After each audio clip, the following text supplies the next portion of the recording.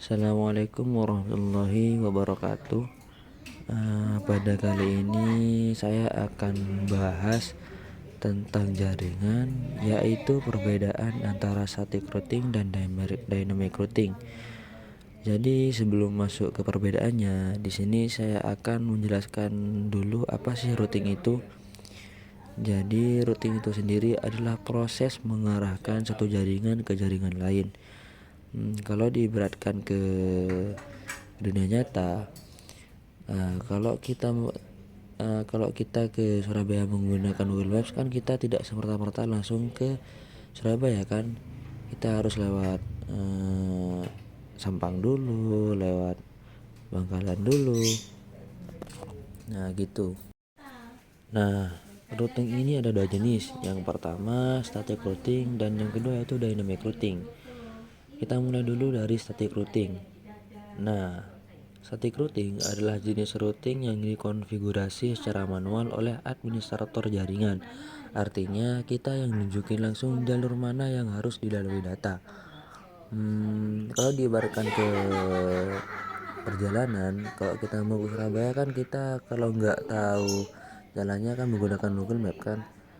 Nah, static routing itu sama seperti kita ke Surabaya menggunakan peta kertas. Nah, kalau di perjalanan kita ada jalan buntu ya kita solusinya cari sendiri.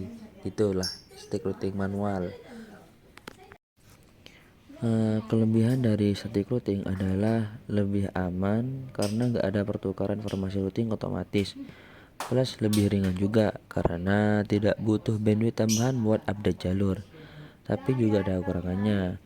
Nah, kekurangannya adalah kalau ada perubahan di jaringan, kita harus atur ulang manual dan nggak cocok buat jaringan besar karena sering berubah-ubah.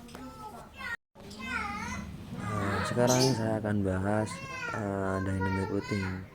Kalau yang ini sih routernya itu lebih pintar karena dia bisa cari sendiri jalur terbaik lewat bantuan protokol routing kayak OSPF, RIP atau BGP. Nah, bayangin kalau kita menggunakan Google Maps ya.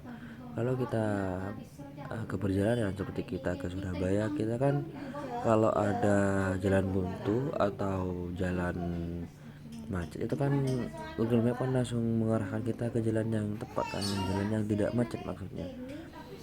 Nah, itulah dynamic routing.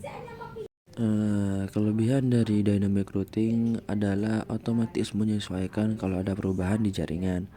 Nah, cocok banget buat jaringan besar dan kompleks ya. Kekurangannya ya butuh lebih banyak resource kayak CPU dan bandwidth, sedikit lebih rentan kalau tidak diamankan dengan benar.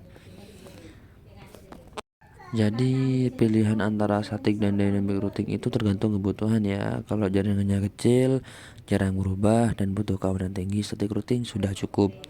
Tapi kalau jaringannya besar, sering berubah-ubah dan butuh fleksibilitas tinggi, dynamic routing ya lebih cocok lah. Di sini saya juga akan menjelaskan tentang interior routing dan exterior routing. Nah, yang pertama kita bahas dulu tentang interior routing.